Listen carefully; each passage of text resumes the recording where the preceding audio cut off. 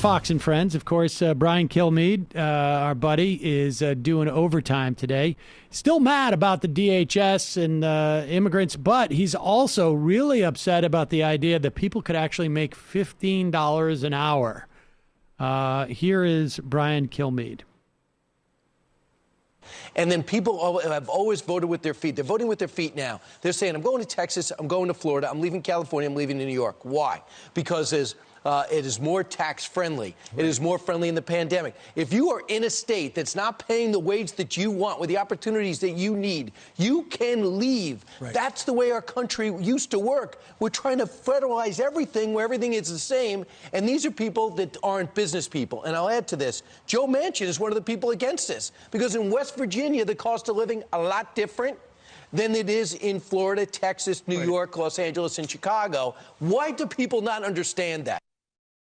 Well, I mean, is he making an argument against $7.25 as a minimum wage? He's making an argument there shouldn't be a federal minimum wage, right? Because there are differences between states. I mean, we have federally mandated minimal standards for everything.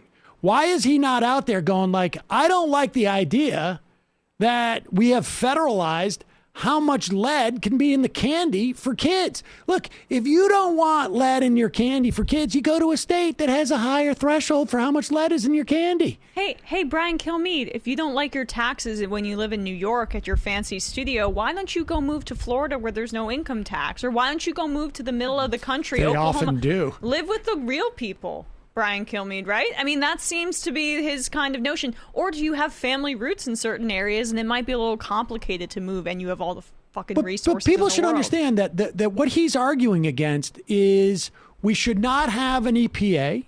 We should not have an FDA. We should not have an OSHA. We should not have any federal minimums about any standards of anything.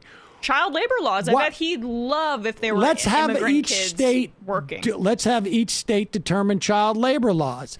Let's have why do we even have this whole standardized thing with I don't know, traffic signals?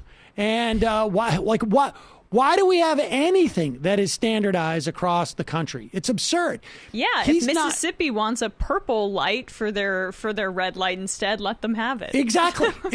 It's a little bit more that's their color of their state flag. I don't know, but the point being that they are hiding the ball here.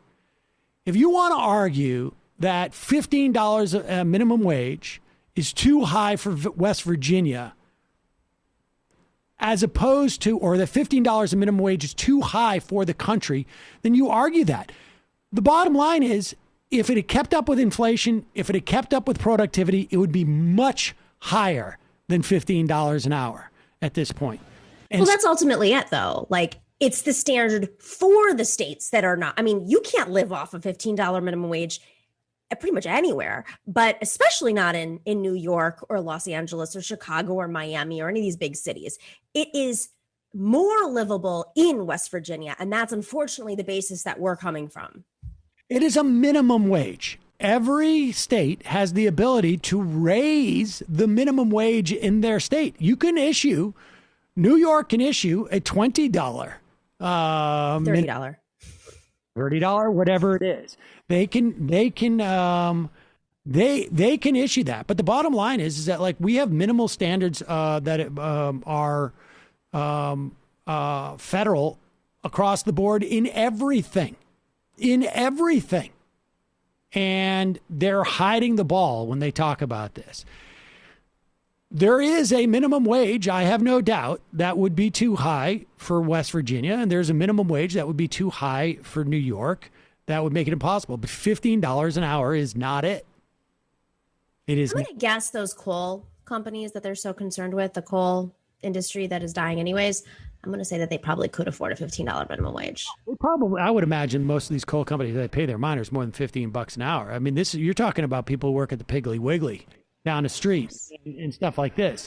And who has to take out 2 extra jobs, 2 extra minimum wage jobs in order to make ends meet. I mean, that is what we're talking about here. We're talking about people having one employer. Maybe they'd be better at their jobs if they weren't having to work 19-hour days and have to go work at the McDonald's and then at the Piggly Wiggly and then doing menial work at some other local area. I mean, that's the nature of the beast now. I mean, then they would have to have insurance, and that means that the coal industry would have to provide that.